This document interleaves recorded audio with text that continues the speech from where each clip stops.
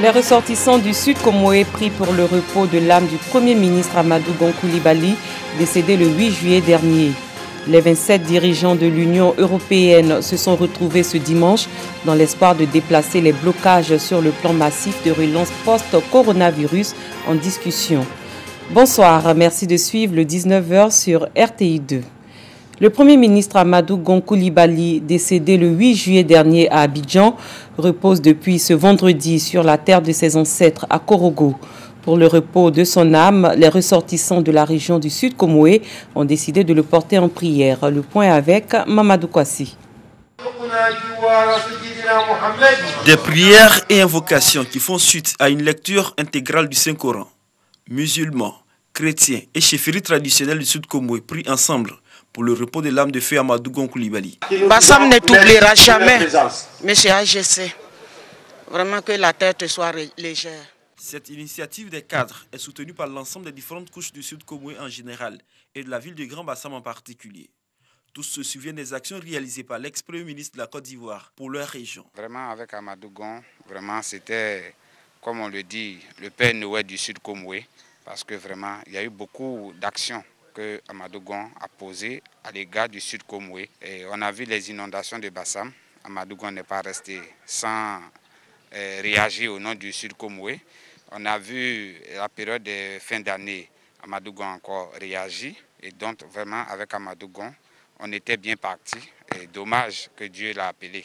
Une très grande perte pour la nation ivoirienne et une grande perte pour la région du Sud Comoé et une grande perte pour la ville de Grand Bassam. Je demande au Seigneur Tout-Puissant de consoler notre chef d'État, le président Alassane Ouattara, et tous les membres de ce gouvernement. Les cadres souhaitent que le pacte tissé avec Amadou Gon Coulibaly demeure à jamais pour le développement de leur région. Mais déjà, il faut poursuivre son œuvre. Et c'est pourquoi nous devons sécher nos larmes, regarder à l'avant, voir comment nous pouvons chacun à son niveau apporter son appui au pays de par la paix, parce que la paix est essentielle à tout développement. Un livre de condoléances a été ouvert et cette prière constitue le début d'une série d'activités ponctuées de prières et de bénédictions pour le repos de l'âme de feu Amadou Gon Coulibaly. Les diplomates ivoiriens au Canada se souviennent eux aussi du chef du gouvernement, Amadou Gon Coulibaly. Réunis à l'ambassade de la Côte d'Ivoire, ils ont décidé de lui rendre un vibrant hommage. Cheikh Koni. Aux quatre coins du monde, les hommages au Premier ministre Amadou Gon Coulibaly se poursuivent. Les larmes des Ivoiriens de toutes les diasporas confondues, et même des non-Ivoiriens, peinent à sécher. La perte brutale du défunt chef du gouvernement suscite encore émotion et douleur.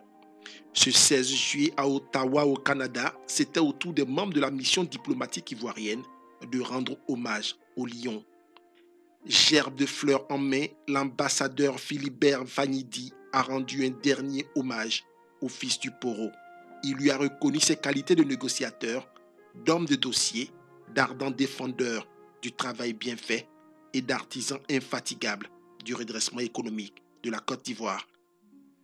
La mort est inévitable car personne ne sort de la vie vivant.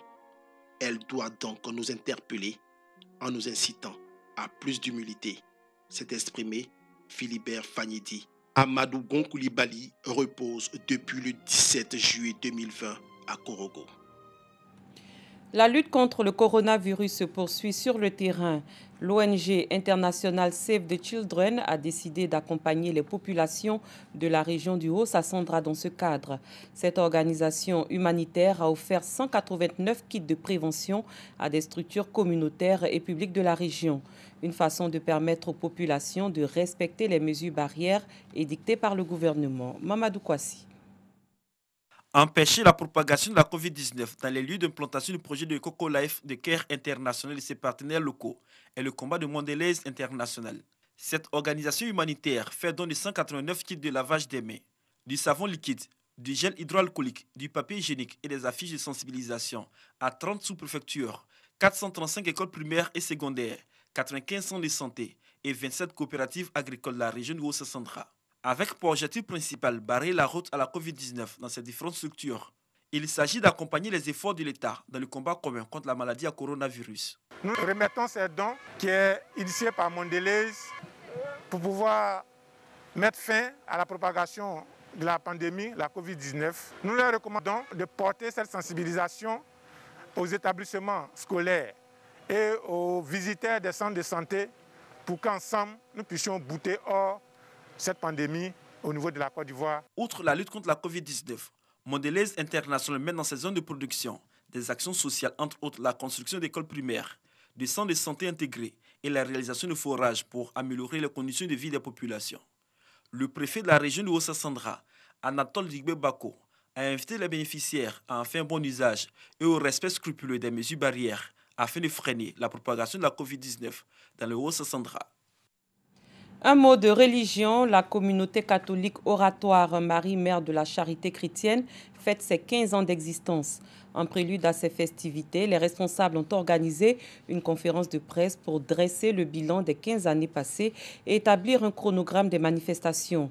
Une occasion mise à profit pour rendre un hommage à Monseigneur Pierre-Marie Coty, parrain de la congrégation et parolier de l'Abidjanaise. Pierre-Marie Coty rappelait à Dieu dans la nuit du 17 au 18 juillet 2020. Clément Boko. La communauté catholique oratoire Marie, Mère de la Charité chrétienne, fête ses 15 ans d'existence le 15 août prochain. Pour annoncer les festivités, les responsables dressent le bilan de leurs actions lors d'une conférence de presse. Elle nous donne des messages tous les vendredis pendant le chemin de croix. Et ces messages, c'est pour nous fortifier. Ces messages, c'est pour nous apprendre à marcher en tant que véritables chrétiens. Elle nous donne aussi des messages sur le pays. Nous avons la communauté des petites sœurs de Padre Pio qui a été mise sur pied.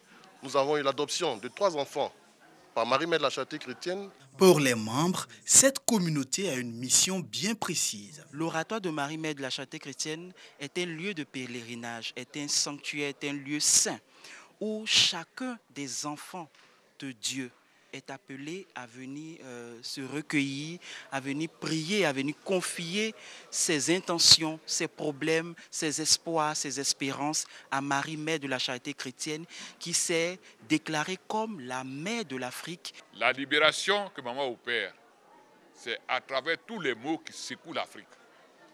La sorcellerie, les œuvres sataniques et démoniaques, les pactes ancestraux que nos aïeux ont signés et qui ont des répercussions sur les lignées. Et enfin, l'esclavage qui a anéanti les Africains. Et nous donne les moyens de nous convertir, de nous transformer, d'être vraiment des enfants de Dieu par la prière, par la pratique de la charité. Et enfin, la restauration qui nous permet de vivre la charité telle que nous l'enseigne le Christ. Au cours de cette conférence de presse, un hommage a été rendu à Monseigneur Pierre-Marie Coty, parrain de la congrégation, rappelé à Dieu dans la nuit du 17 au 18 juillet 2020. Il était l'évêque émérite du diocèse de Daloa et l'un des auteurs-compositeurs de l'Abidjanaise, l'hymne national de Côte d'Ivoire. Les festivités de l'oratoire Marie, Mère de la Charité chrétienne démarrent dans la nuit du 14 août prochain et va s'achever en fin d'année. À l'étranger, au Mali, la mission de la CEDEAO a terminé sa conférence de presse ce dimanche en milieu d'après-midi à Bamako, en présence notamment de Goodluck Jonathan, chef de délégation, et du président de la commission de la CEDEAO. Ils se sont exprimés à propos de leur médiation entre le mouvement du 5 juin, conduit par l'imam Mahmoud Diko, et le président Ibrahim Boubacar Keïta, dont le M5 demande la démission. Les intervenants de la CEDEAO proposent essentiellement 3 choses: la reconstitution de la Cour constitutionnelle, la formation d'un gouvernement d'union nationale et l'application de l'accord de paix d'Alger, ainsi que la prise en compte des problèmes de gouvernance. La délégation de la CEDEAO espère que tout cela pourra être mis en place d'ici le 31 juillet prochain afin que le Mali puisse se remettre sur les rails. Plus loin, le sommet de l'Union européenne a débuté vendredi et était officiellement prévu sur 2 jours. Mais le président du Conseil européen, Charles Michel, a convoqué les chefs d'État et de gouvernement à midi ce dimanche. L'unanimité des États membres étant requise, un compromis est particulièrement difficile sur le plan de relance adossé au budget à long terme de l'Union européenne 2021-2027 de 1 074 milliards d'euros. Charles Michel avait lancé les discussions sur la base d'une proposition révisée offrant davantage de gages aux pays les plus réticents à l'idée de ce plan de 750 milliards d'euros financé par un emprunt commun, Pays-Bas en tête. La journée du 17 juillet s'était achevée dans une grande tension face à l'inflexibilité des Pays-Bas. Charles Michel, médiateur du sommet, espérait infléchir la position des récalcitrants en offrant des concessions sur la répartition entre subventions et prêts, ainsi que sur les conditions qui encadrent le versement de l'argent. Dernier point proposé par Charles Michel, la réduction dans l'enveloppe globale de la partie subvention au bénéfice de la partie prêt auquel sont plus favorables les pays frugaux. Mais ils ont provoqué samedi soir l'interruption brutale du sommet en réclamant une réduction plus grande encore des subventions. Un bénévole du diocèse de Nantes a été placé en garde à vue ce dimanche 19 juillet dans le cadre de l'enquête sur l'incendie dans la cathédrale Saint-Pierre et Saint-Paul. Cet homme était chargé de fermer la cathédrale vendredi soir et les enquêteurs voulaient préciser certains éléments de son emploi du temps.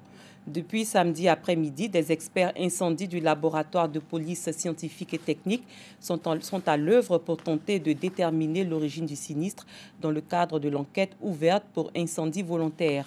L'incendie qui a touché hier la cathédrale gothique de Nantes, datant du XVe siècle, a détruit des vitraux et des objets d'art, dont le grand orgue. Il a causé un grand émoi plus d'un an après le feu à Notre-Dame de Paris.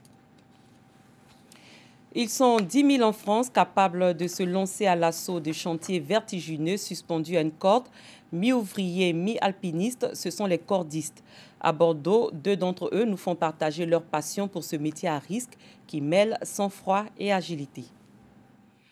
Perché à plus de 120 mètres de hauteur, Christophe ne se lasse jamais de monter sur la flèche Saint-Michel à Bordeaux.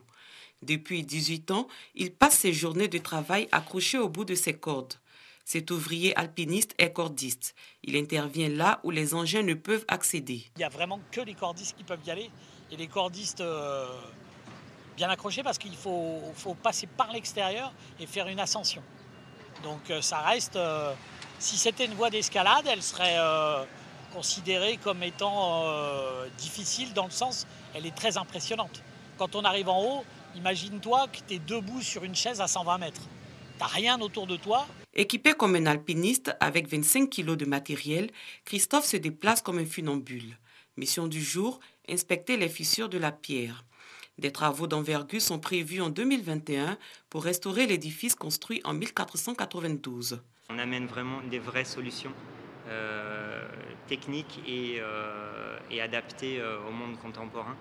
Et en plus, pour aider et sauver des anciens bâtiments et puis on montre aussi qu'on apprécie l'ancien et que nos techniques permettent de le respecter. Il fait partie des 10 000 cordistes qui exercent en France.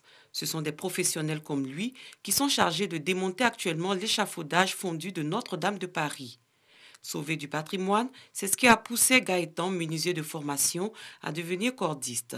À 23 ans, il vient tout juste de finir son stage et monte pour la première fois en haut de la flèche Saint-Michel. C'est fou, c'est trop bien, c'est vertigineux, c'est incroyable, la vue est magnifique.